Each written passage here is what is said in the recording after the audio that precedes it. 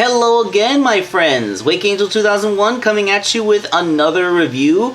You knew that I couldn't just stand with that Bowser figure. I had to get Mario for myself. I don't know if I'm going to go full-on collecting the entire line because I don't really have that much space for collecting, and what little room I have is mostly dedicated to Transformers and Sonic. So, you know, like, I can't really go just indulging every little win that I have. But I could not resist and had to pick up Mario. This is Movie Mario. This is not your World of Nintendo figure. This one costs 20 bucks at retail. He's bigger. He is badder. He has a very interesting gimmick that I'll get into once I get him out of the box. And he comes with a toilet plunger. I mean, a toilet plunger. I guess it's going to have some significance in the movie because despite being an Italian plumber from Brooklyn, I don't think there's ever been a single depiction of Mario having a toilet plunger in the entire time the franchise has existed. Let's see.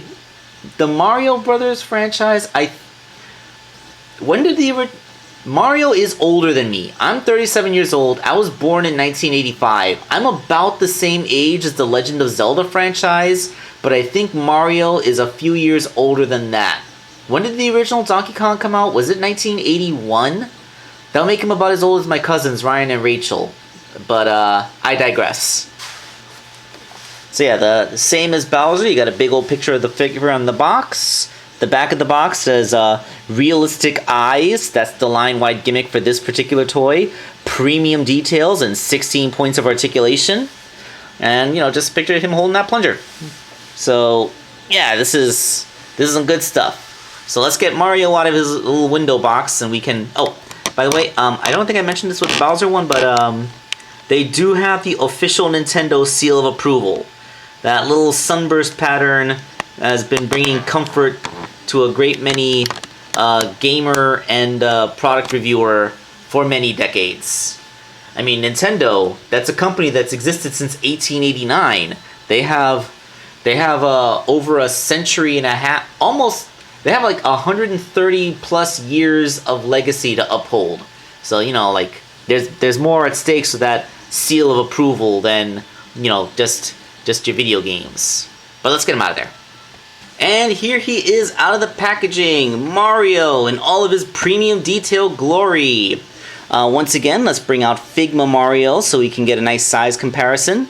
So as you can see, Mario, like this would be the same size as your World of Nintendo figures if you have them. So get a good side-by-side comparison if you have your World of Nintendo figures. You know what? If you want to headcanon it in, you could say that this is what Mario looks like after taking a mushroom, and this is like shrunken down Mario. So, you know, bring, bring, bring.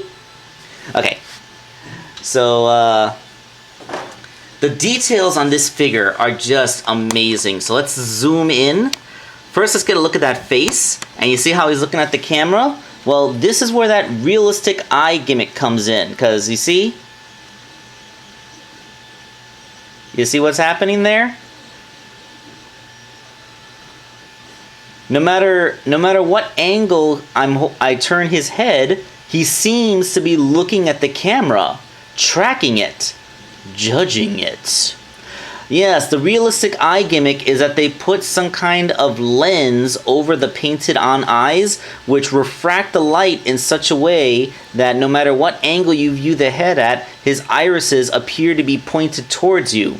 That's an interesting effect, which I can understand they would not use on toys a lot because I can see this giving small children a case of the nightmares. Like, it's a little bit uncanny valley to have your toy constantly following you with its gaze. So, you know, like, little bit nightmare fuel. I'm not sure if they thought that through, but it is a well-implemented gimmick. It works.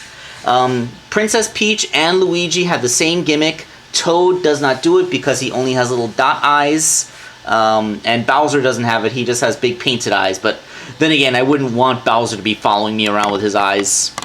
Okay, so while we're still zoomed in, let's take a look at the texture of his mustache. You can see it has bristled hair as well as his hair. His hat has actual stitching on it and stretch marks. He has a stitch pattern on his overalls. The collar on his he has a long sleeve polo shirt. Instead of just like a generic red shirt that has like that just makes his torso turn red, like there's an actual collar on there, like the costume that I wore for Comic-Con. The back of his gloves has those 3 lines that gloves tend to have, as well as the seam along the side. And look at that. That's not a spot of paint. That's the rivet. That is the rivet on the pocket of his jeans. As a man who owns the official Mario overalls from Levi, I gotta tell you, this minuscule dot of paint is greatly appreciated. And even the shoes are incredibly well painted. Not only are the shoelaces painted, but the grommets that the shoelaces pass through are also picked out on both sides. They didn't have to do that, but they did, because this is premium. And I know the figure cost $20. That is exactly how much I paid for this guy at retail. So this guy, although he costs twice as much as the World of Nintendo Link, he costs exactly the same as the Figma figure. And I don't know, I mean, the Figma thing, it's an older figure, and it did have the whole thing where it had to get certain posability in that the World Nintendo figure didn't bother with. But I gotta say, this does look great. Costs exactly the same, it's bigger, and yes, it looks better. So let's get into those 16 points of articulation. Head is able to move around, so he can turn. There's one weird thing about this figure. He has no mouth. I think, oh wait, no. If you look underneath his mustache, okay, there is a little sculpted mouth underneath his mustache. He is giving us a subtle little smile, but it's hidden behind his mustache. I don't know, like, I guess like this big dopey, happy, yahoo smile, just like, it gives you a certain expectation for the size of his mouth, so I almost didn't realize it was sculpted back there, but it is. He does have a mouth, it's just almost impossible to see.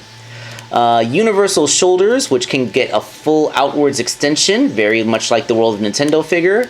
Elbows get a full 90 degree, almost a 90 degree bend, but they also have a swivel, so they can get a little more natural movement. Wrist is on a swivel as well. And hey, waist joint. I did not expect this figure to have a functional waist joint, but there it is. Might be the first time I've seen a Mario pull that off. Even Figma Mario doesn't have that. And his legs are designed so that he can pretty much kick all the way forward, even though he doesn't have that weird spoon cut on the front of his pants. So, yes, they can't go back very much because of the sculpt of his butt, but he does have a 90 degree knee and ball jointed ankles that get that can rock around, so you can have him do relatively wide-legged poses. And yes, there's a thigh swivel as well. So, yeah, this is a very, very well-articulated Mario figure. Perhaps the best articulated Mario figure. And, you know, like, I'm comparing it to a figure that was specifically designed to have superior articulation, and it's winning. Of course, like I said, it's a much newer figure. Like, I kind of can't hold the age of the Mario figure against it. And, you know, the plunger goes into the hand. It's a little bit loose there. Could use a touch more friction, but he can hold it. So, yeah. Again, never saw him use a toilet plunger in the games, but, you know, maybe, you know, now that he'll probably play a part in the movie, because, you know, plumber from Brooklyn.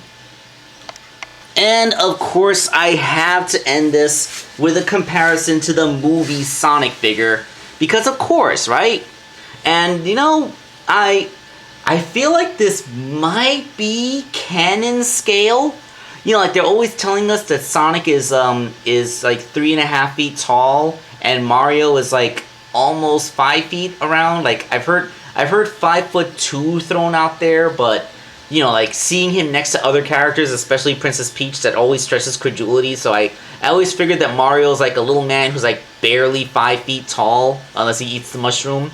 So I feel like this is kind of canon scale. It's not Mario and Sonic at the Olympic scale where they're about the same height. No, for that's what you want the World Nintendo figure for. But this feels like canon Nintendo and Sega scale, so it can work. I think that this can work. So yeah, like, I'm living in a world where I have action figures of the movie versions of Sonic the Hedgehog and Mario. I think our society's gonna be alright. So this is Wake Angel 2001 signing off.